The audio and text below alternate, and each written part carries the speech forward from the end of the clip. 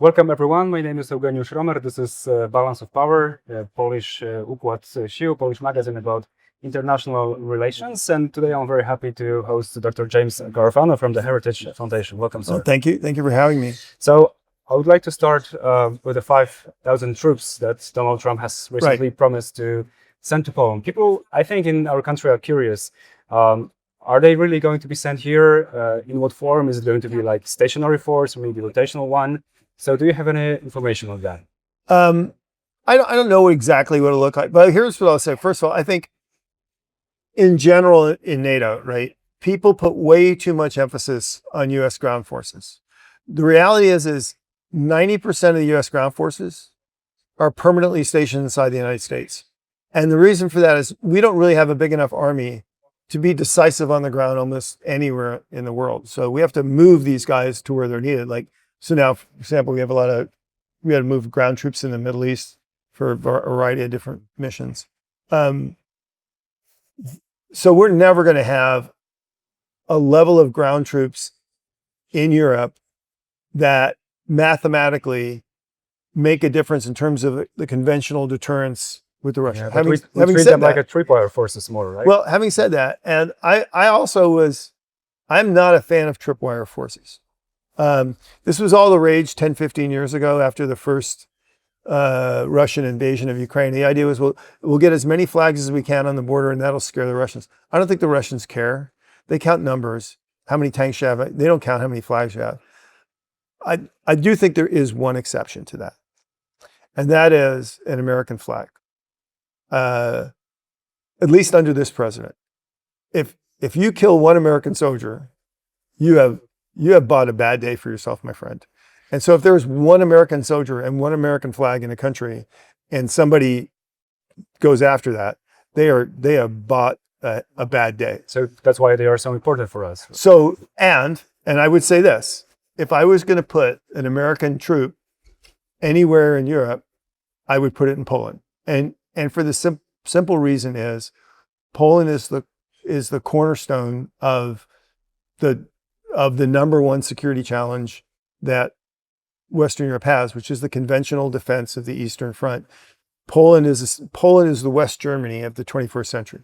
So as crucial as it was to have American troops in Europe, in Germany in the 1970s, 1980s, 1960s, I do think it's crucial to have an American flag in Poland.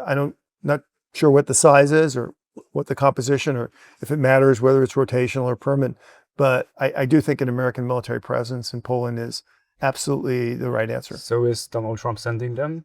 Really? Well, the one thing I discovered about Donald Trump is he tends to do what he says he's going to do. That's why people kept saying Trump's going to leave NATO, Trump's going to abandon Europe. If Donald Trump wanted to leave NATO, he would leave. If he says he's going to put troops in Poland, he's going to put troops in Poland. So recently, the Committee for Armed Forces, the House Committee, outlined NDAA, the new one for the next year. And in this document, it is written that if the administration wants to move troops anywhere from Europe, it should first explain why they couldn't be sent to the eastern flank, mainly probably to Poland. So it shows that Congress rather understands what you said before, that this is important also for American interest to send troops to Poland.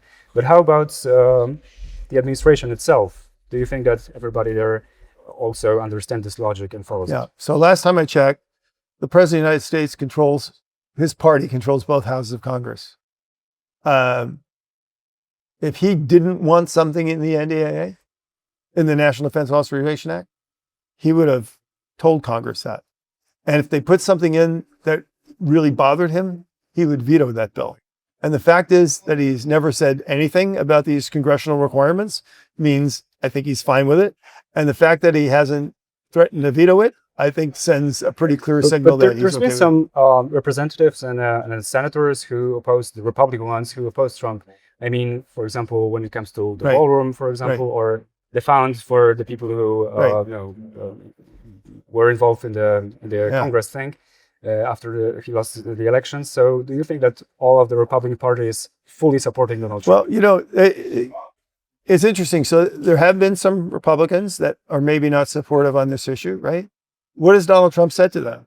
He said nothing. Well, why did he say nothing? It's because it's irrelevant, because there's actually incredibly strong bipartisan support in the Congress for this.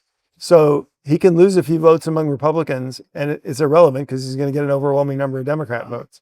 So I think this president is committed to Western Europe. Now, look, people keep saying, well, he's constantly mean to us. He says we're going too woke. Well, he wants a stronger, more self-confident, more successful, more prosperous Europe. And so he's going to complain, and he's never going to stop complaining because that's his nature, right? Because look, I think what got Europe to where we are in some respects is American pressure. And I think we'll keep doing that, but nobody should misinterpret that as the United States is going to abandon Europe, because it's not.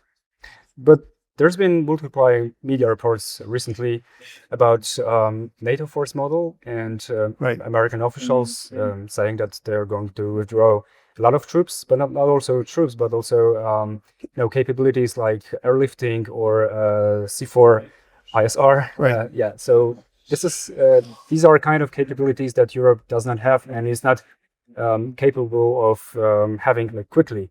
So do you believe these reports, and do you think that this is the right direction? Well, I think this is the real important issue and challenge in the transatlantic community, which is I think we've actually created a very, very good deterrent structure on the eastern flank. I actually think that the eastern flank of NATO today is more secure and has more deterrence against the Russians than we had during the Cold War. I think the correlation of forces is actually better now. Having established, I think, a very promising conventional deterrent structure is, what we can't do is have American forces draw down and not have European forces come up, and we create a deterrence gap. So I'm okay with America. If Poland is going to fly an F-35, well, that's one F-35 the United States can put some. I'm fine with that, but we really have to get this balance right. So Europe is building up conventional deterrent capacity to replace what the Americans. So overall, the deterrent structure remains as strong and vital. And that's a challenge for both sides, the United States and the Europeans, to work on together. So do you think that if it happens quickly, as it was reported by the media, so Americans are going to withdraw some airplanes, some submarines, some other systems from Europe rapidly. So how quickly are the Europeans capable of rebuilding it? Yeah, look, I don't know how big a challenge that is, because if there's one thing the United States is really good at is we source globally. So there's almost no element of U.S. military power that's in one part of the world that can't be used in another part of the world, because we have world-class air refueling, military transport, subships can move. If you look, for example, at Operation Epic Fury, we didn't have the resources in the Middle East to do that. We borrowed stuff from all over the world.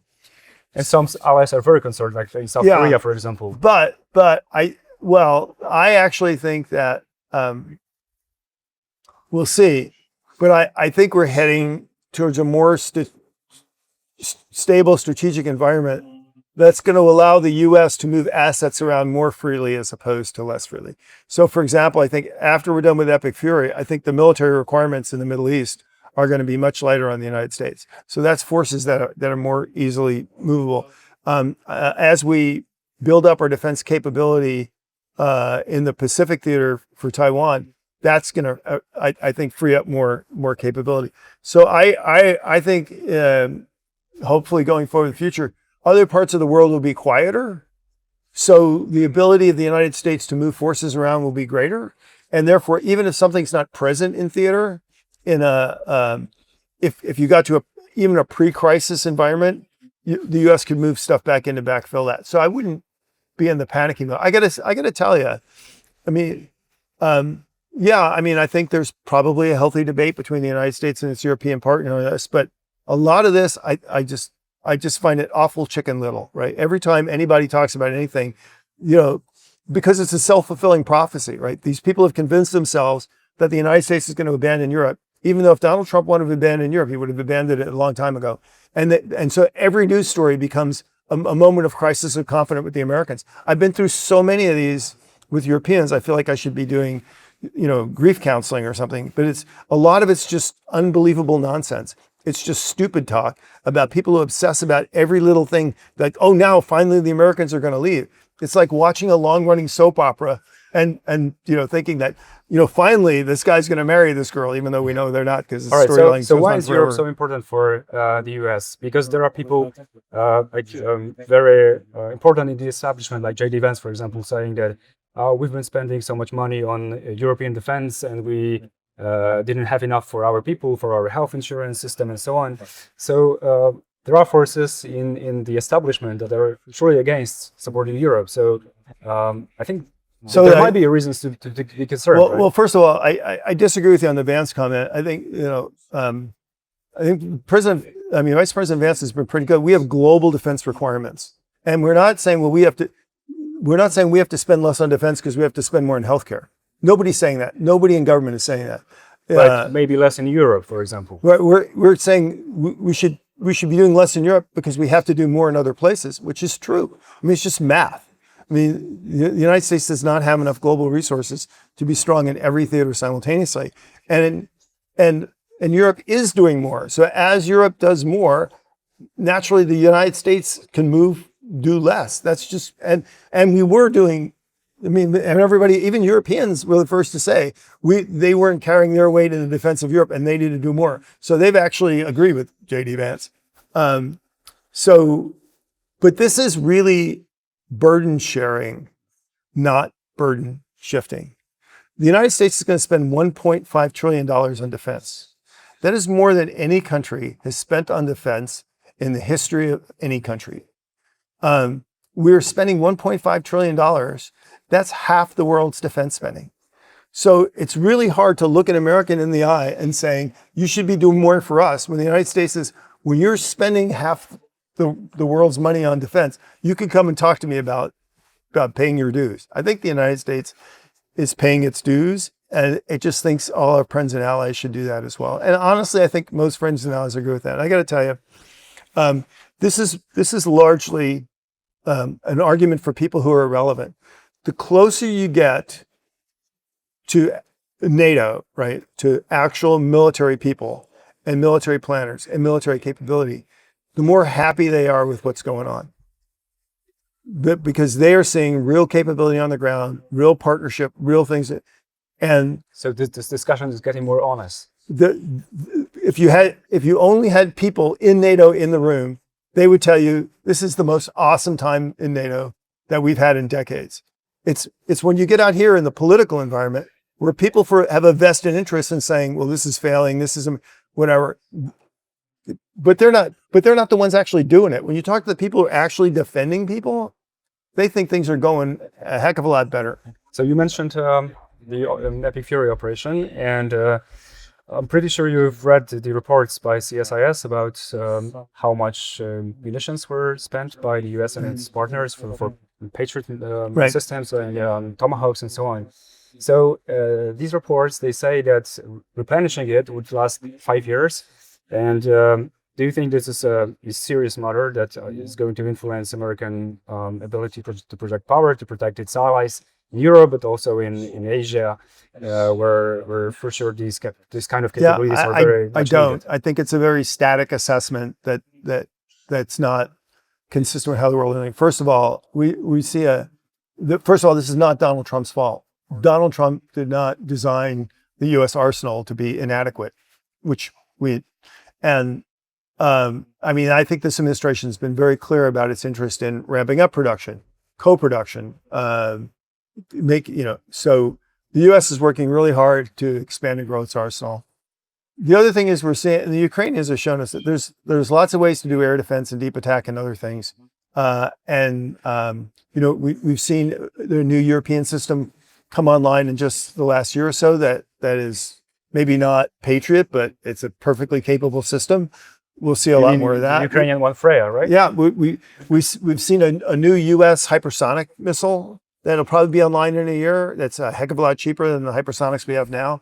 We've seen Ukrainian alternatives to Tomahawks. We'll see a lot more of that. So I think, here's what's wrong about them.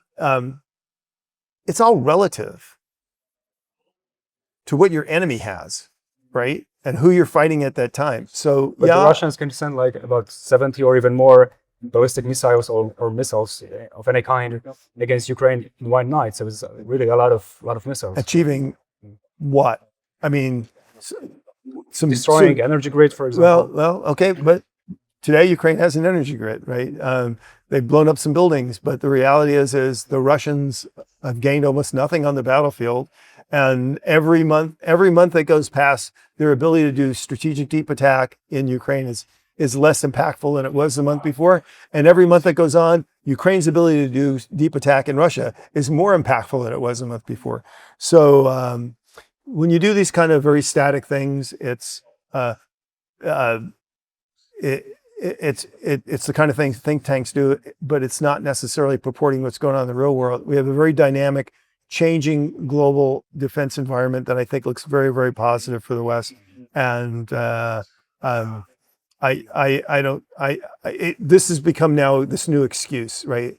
The Americans are going to leave us and going to abandon us because they don't have enough munitions. This is not true, or they're not going to. This is not true. But yeah, you mentioned also co-production. Yeah. So recently, the Polish government has said that it is in talks with the United States government about licensing Patriot missiles. Right. PAC-3S. They could be produced in Poland. Do you think this is ever going to happen? Yeah, I think we'll see a lot more of that. We're in a very different defense industrial environment than we were 20 years ago. 20 years ago, everybody was fighting over a smaller piece of a shrinking pie. Today, defense requirements, we are right-sizing defense requirements. I don't think we're in an arms race. I think we're actually building the defense capabilities that are realistic for steady state. But there's so much defense business today that I don't think we have to worry about getting enough defense business. I don't think the United States is worried about that. I don't think it's worried about competitors. I mean, I don't think we have enough air defense system. We can have enough missile defense systems. So I think we can have enough munitions. So I think we're plenty happy to have more players in the space and do things in partnerships that grow more capacity and capability, because that's an important part of resilience, right? It doesn't matter how big your arsenal is. What matters is what access do you have to a global industrial base, right? So the Czechs showed us this, where the Czechs resourced 1 million rounds by just going around the world and looking for it.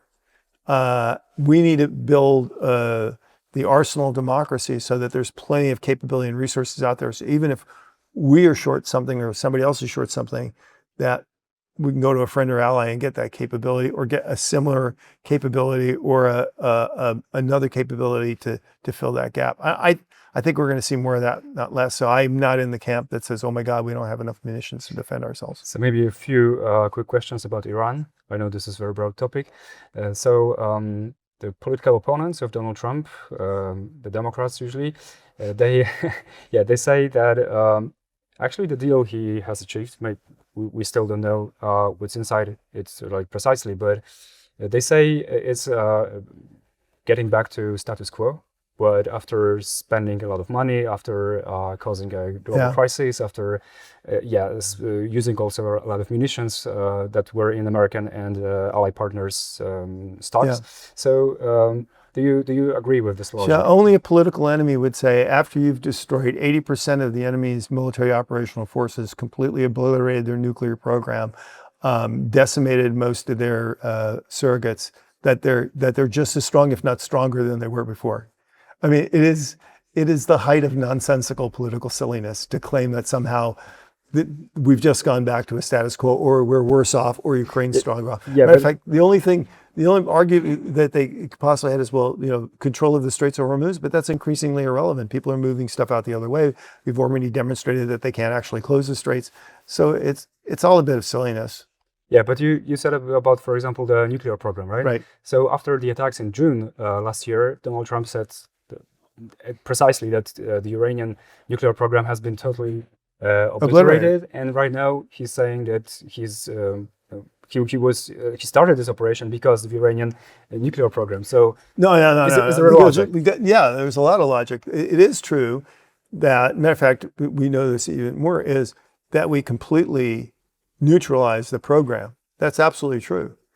And the Iranian, during the negotiations before Operation Epic Fury, they actually came to the United States and said, we have enough nuclear material to build like a dozen nuclear bombs. They said that. It was all buried under miles and miles of dirt and concrete, right? The reason why Operation Epic Fury is, having decimated that program, the Iranians were physically making plans and implementing to recover that material and rebuild that infrastructure. So what the president did is said, no, you can't do that. And so what he essentially did was mow the grass. And then he, mowed the rest of the military along and half of the leadership along with it. I don't care what's in the deal. It's kind of irrelevant. We have decimated everything that makes Iran a threat. We've broken their ability to control the straits. We have decimated their nuclear program. We have crushed their ballistic force. We have demoralized and diminished much of the surrogates. Iran is a shadow of the threat it was a year ago. It will take them, if they left alone, many years to build that to that. And the president has infinite capability to go back in and mow the grass whenever he wants. Just one final question. It's about the Israeli-American relations. Yeah. Do you think that Donald Trump is capable of forcing Israeli government not to attack Lebanon and Hezbollah in Lebanon anymore, because this is the part of the deal and the Iranians were very strict about it, so it might risk the collapse of the talks if Israel attacked again? Look, I think Donald Trump and Prime Minister Netanyahu are very mature partners, and they'll work it out. I don't think the United States is going to blankly restrain Israel's ability to defend itself. I think that's just non-negotiable. On the other hand, the United States has an enormous amount of influence. And we've seen this over and over again, where the president and the prime minister have had differences, sometimes in a heated way, but they always work it out.